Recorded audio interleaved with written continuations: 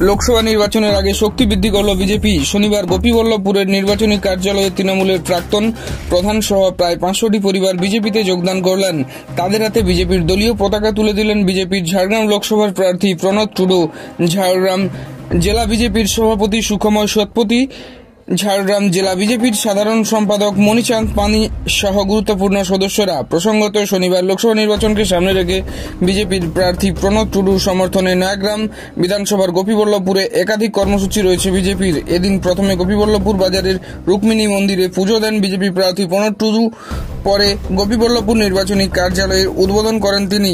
তারপরেই নয়াগ্রাম ব্লকের বড়খাগড়ি অঞ্চলের প্রাক্তন তৃণমূলের প্রধান ভবেশ মাহাতো সহ 500টি পরিবার বিজেপিতে যোগদান করেন, এমনটাই দাবি বিজেপি নেতৃত্বদের। আজকে ভবেশবাবুর নেতৃত্বে প্রায় 500 পরিবার যোগদান করলেন ভারতীয় জনতা পার্টি।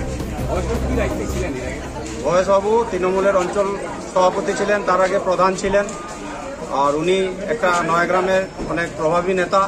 উনি ভারতীয় জনতা পার্টিতে এসেছেন, নিশ্চিতভাবে আমাদের পার্টির সংগঠনের লাভ হবে।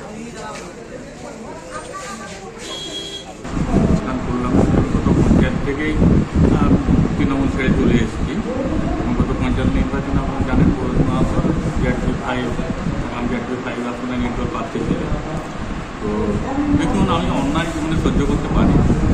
আমি রাজনীতি করবো দেশকে, সমাজকে, মানুষকে এগিয়ে নিয়ে যাওয়ার জন্য।